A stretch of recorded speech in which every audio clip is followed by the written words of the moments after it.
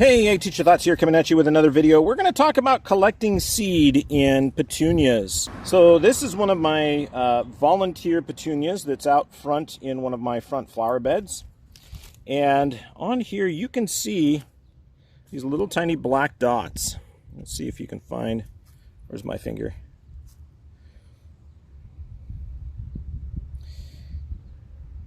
So the little tiny black dots on this leaf, right in through, oh, there you are. So we're going to look at some of these little tiny black dots that are right here on this leaf. Those are the seed, and they are almost like dust. So on this petunia, as I'm going through and looking to collect seed, and again, non-patented variety, this is a volunteer from last year, grown from previous seed. We're going to look at what parts of this petunia we collect and kind of the why and how. So let's get down in here. So we want to make sure that we're not collecting the seed pods that are first barely forming. They'll still have that blossom on there. We want to come in where they've started to turn brown and they're starting to open up. You can come in and pick those. And when you open them up, there's going to be all sorts of little tiny seed in there. So we're going to collect those all in here. We're going to get a fair number. Now, you don't have to do a lot when it comes to petunias to collect a lot of seed, because there is a lot of seed in each seed pod. So if you think you've got like a tablespoon of seed, you probably have a few thousand petunias. So we don't need to collect a lot, but I do like to collect from several different locations on the plant, because those are going to be crossed with different plants, different donor plants here in my front yard.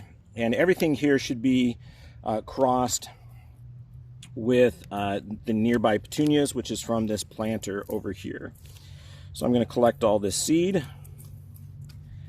I'm going to start putting it in here, and we'll process this in a moment. So I'm just going through and picking the old dead seed pods off, putting them in a Ziploc baggie. It goes fairly quick.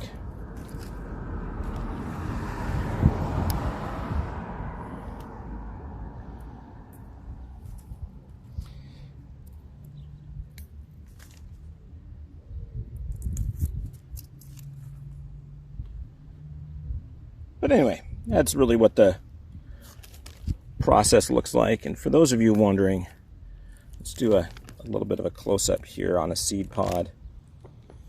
So with that, you can see that it is split open. There's a little bit of black, small round objects, so those are the seeds. We're going to put them in our bags and collect them. Okay, that is from one of our petunias. Oh, I still see more.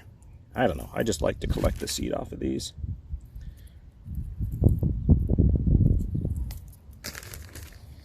And then one of the things that I'll do so that I know which petunia I've collected from, one of the things I'll do to know which petunia I've collected from before I take it in, I just take one blossom, I put it in the bag, and that helps me remember which one I'm doing, and I'll process these inside in just a few minutes.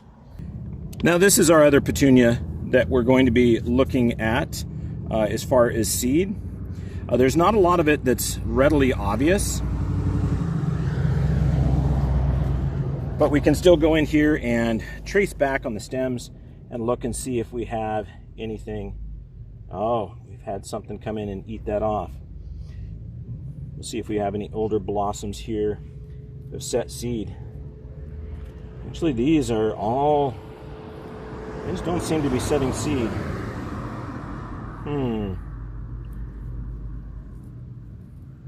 That's interesting.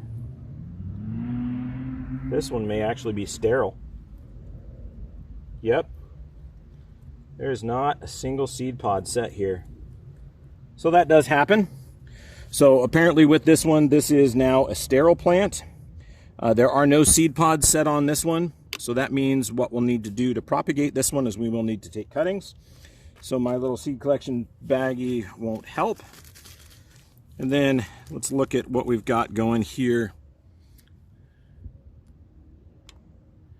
So we have a few hundred seeds here from what we collected earlier. So this is going to be from our upright petunia.